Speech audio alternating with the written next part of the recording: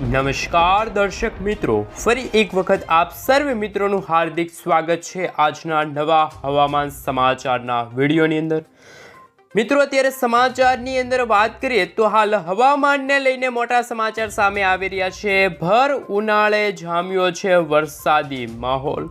માત્ર મિત્રો વરસાદી માહોલ જ નહીં પરંતુ નવા વાવાઝોડા બનવાને લઈને હવામાન નિષ્ણાંત એવા અંબાલાલ પટેલ સાથે પરેશ ગોસ્વામીએ આગોતરી એધાણ કહી શકાય કે મિત્રો આગાહી સામે આવી છે। અને મિત્રો આગાહીના ભાગરૂપે કહી શકાય કે ઇન્ડિયન મોન્સૂન ડિપાર્ટમેન્ટ તરફથી હવામાનને લઈને મિત્રો મોટી આગાહી સામે આવી છે। વાતાવરણીય અસ્થિરતા સર્જાતી જોવા મળી છે, જેમાં પણ મિત્રો આજે બંગાળની ખાડીના ઊંડાણવાળા ભાગોની અંદર એક વરસાદી સિસ્ટમ, એક સાયક્લોનિક સર્ક્યુલેશન, એક નાનકડી એવી વરસાદી સિસ્ટમની સાથે વાવાઝોડું પણ મચાવશે તબાહી।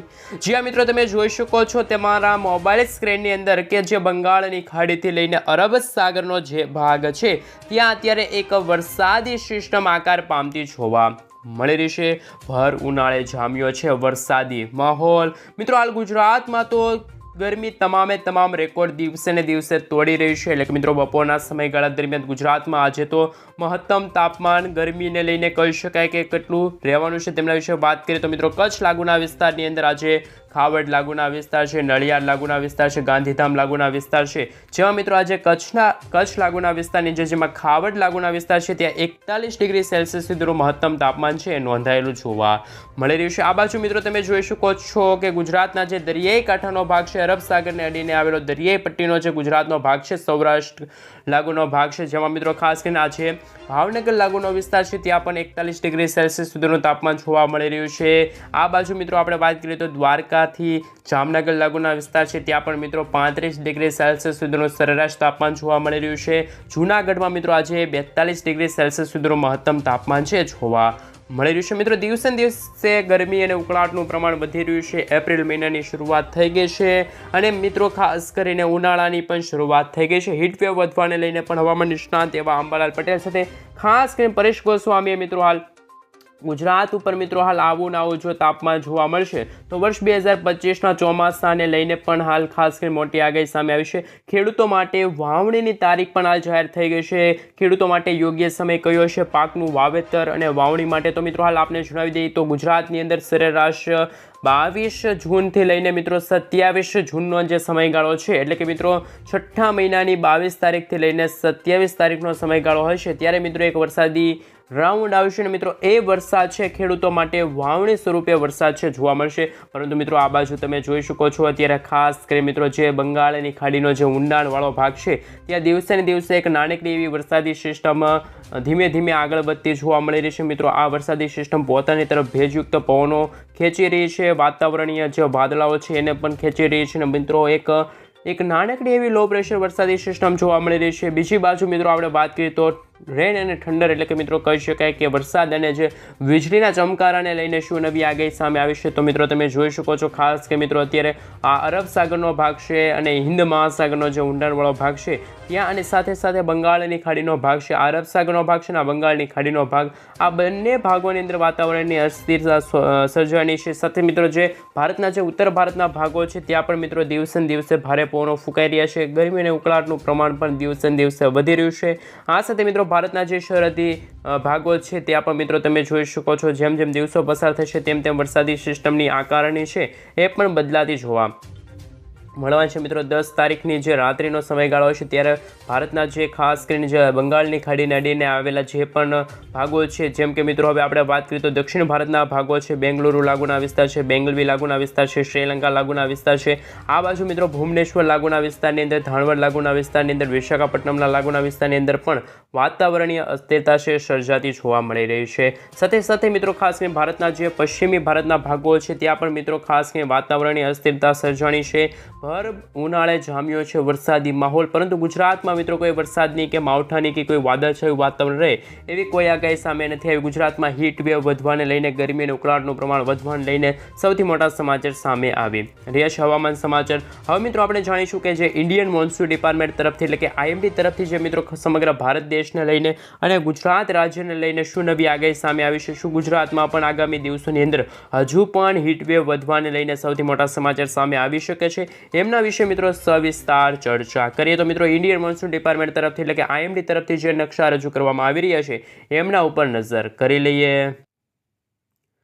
મિત્રો તમે તમારા મોબાઈલ સ્ક્રીનની અંદર જોઈ શકો છો ખાસ કે મિત્રો આ તમામ ભારત દેશના રાજ્યોને લઈને જે નકશો રજૂ કરવામાં આવી રહ્યો છે। આ નકશાને જોતા મિત્રો એવું કહી શકાય કે સમગ્ર ગુજરાત રાજ્યમાં પણ હીટવેવની આગાહી સૌથી વધારે જોવા મળી રહી છે। સાથે સાથે મિત્રો ભારતના ઘણા બધા એવા રાજ્યો છે ત્યાં મિત્રો રાજ્યોની અંદર હીટવેવ વધવાને લઈને આગાહી સામે આવી છે। હવે મિત્રો આપણે ખાસ કરીને 1 બાય 1 એટલે કે મિત્રો હાલ સવિસ્તાર માહિતી મેળવી તો મિત્રો આજે થઈ છે 9 એપ્રિલ 2025 અને આજે વાર થયો છે બુધવાર।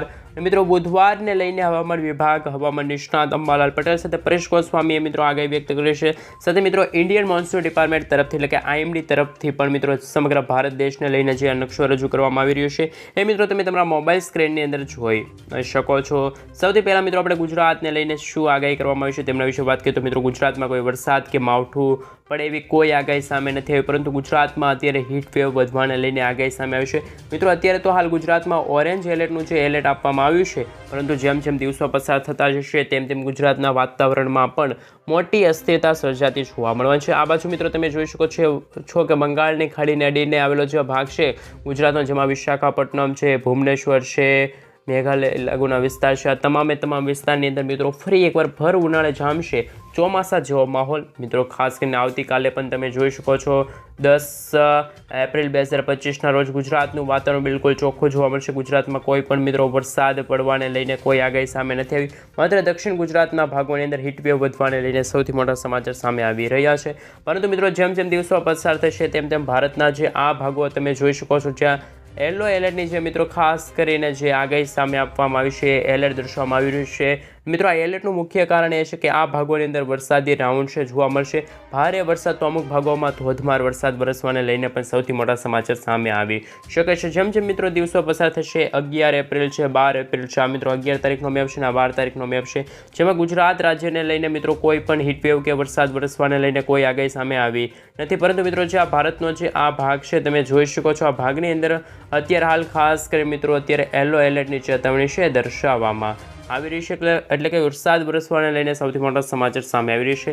આ બાજુ મિત્રો તમે જોઈ શકો છો કે દક્ષિણ ભારતનો ભાગ છે જે અરબ સાગર અને બંગાળની ખાડીને આવેલો ભાગ છે, ત્યાં પણ મિત્રો વાતાવરણીય અસ્થિરતા જોવા મળી રહી છે, ધોધમાર વરસાદ પડશે, મેઘગર્જના થશે। હવે મિત્રો આપણે જાણીશું કે હવામાન વિભાગ તરફથી જે આગાહી સામે આવી છે એ તો આપણે નકશા વાઇઝ જોઈ લીધી છે કે કઈ રીતનું વાતાવરણ રહેવા મળશે, હીટવેવ વધવાને લઈને શું નવી આગાહી છે। હવે મિત્રો આપણે જાણીશું કે જે અંબાલાલ પટેલ અને પરેશ ગોસ્વામી તરફથી જે મિત્રો સમગ્ર આપણા ગુજરાત રાજ્યને લઈને જે વર્ષ 2025ના ચોમાસાને લઈને શું અપડેટ આપવામાં આવે છે, શું આ વર્ષ 2025નું ચોમાસું વહેલું આવશે, શું મિત્રો આગાહી સામે આવશે, એમના વિશે સવિસ્તાર ચર્ચા કરીએ।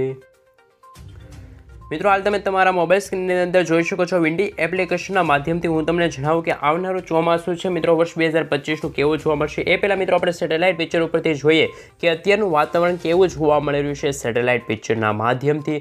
મિત્રો હાલ તમે જોઈ શકો છો આ બંગાળની ખાડીનો ભાગ છે, આ ઊંડાણવાળો ભાગ છે, આ મિત્રો ઊંડાણવાળો ભાગ છે મિત્રો, ત્યાં વરસાદી સિસ્ટમ છે ત્યારે આકાર પામી રહી છે, વાદળોના ઝુંડ છે એકત્રિત થઈ રહ્યા છે। જેમ જેમ મિત્રો દિવસો પસાર થશે તેમ તેમ આ વરસાદી સિસ્ટમ પણ એવું લાગી શકે છે કે આપણા ભારત દેશના ઘણા બધા એવા રાજ્યો છે ત્યાં આગળ વધીને ટકરાવવા માટે આ વરસાદી સિસ્ટમ છે આવી રહી છે। અને આ સાથે મિત્રો તમે આ વાદળોના ઝુંડ પણ જોઈ શકો છો તમારા મોબાઈલ સ્ક્રીનની અંદર, એક ઘેરાવો છે એ ઘેરાયેલો જોવા મળી રહ્યો છે। સાથે મિત્રો દક્ષિણ ભારતના જે ભાગો છે ત્યાં પણ છૂટા છવાયેલા વાદળો છે ઘેરાતા જોવા મળી રહી છે। પરંતુ આપણા ગુજરાત રાજ્યને લઈને શું આગાહી સામે આવી છે, ગુજરાતમાં મિત્રો સૂકું વાતાવરણ જોવા મળી રહ્યું છે, ગુજરાતમાં કોઈ પણ વરસાદની કે કોઈ માવઠું પડે કે કોઈ ગરમી અને ઉકળાટનું પ્રમાણ દિવસે ને દિવસે રેકોર્ડ તોડે એવું કોઈ વાતાવરણ જોવા મળી રહ્યું નથી। મિત્રો ગુજરાતનું વાતાવરણ બિલકુલ ચોખ્ખું વાતાવરણ જોવા મળી રહ્યું છે। જેમ જેમ મિત્રો દિવસો પસાર થશે તેમ તેમાં વાદળા છે મિત્રો ઘેરાઈ શકે છે, ગુજરાત તરફ પણ આ વરસાદી સિસ્ટમ છે આગળ વધી શકે છે। બની શકે કે મિત્રો ગુજરાતમાં પણ ફરી એકવાર મિત્રો કમોસમી વરસાદ છે, નાનકડા એવા માવઠાનો રાઉન્ડ છે એ ગુજરાતમાં જોવા મળી શકે, પરંતુ મિત્રો કોઈ ખેડૂતોના પાક નુકસાન થાય એવા કોઈ સમાચાર સામે આવી રહ્યા નથી। સાથે મિત્રો અત્યારે હવામાન નિષ્ણાત અંબાલાલ પટેલ સાથે પરેશ ગોસ્વામી મિત્રો વર્ષ 2025ના ચોમાસાને લઈને સૌથી મોટી અપડેટ આપી છે। સૌથી પહેલી અપડેટ એ છે કે વર્ષ 2025માં વાવાઝોડા બનવાના છે। વાવાઝોડાને લઈને પણ મિત્રો સૌથી મોટી અપડેટ સામે આવી શકે છે। સાથે મિત્રો વર્ષ 2025નું ચોમાસું છે એ ખેડૂતો માટે સારું સાબિત થવાનું છે। ખેડૂતોના પાકને લઈને સારા સમાચાર આવી શકે છે।